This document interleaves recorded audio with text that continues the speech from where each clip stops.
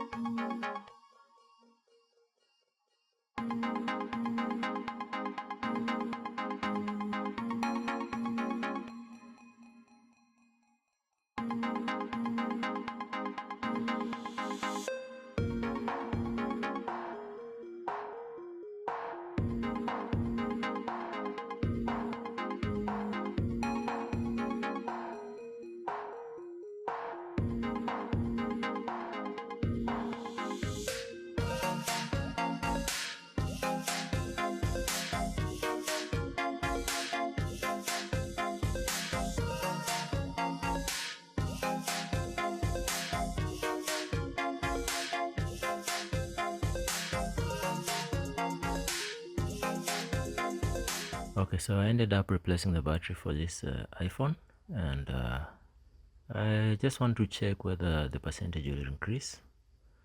Right now it's at 64%. If it increases to 60, it goes up, that means that it's working okay, and I can call my friend to pick up the phone. Okay, thanks all. Subscribe.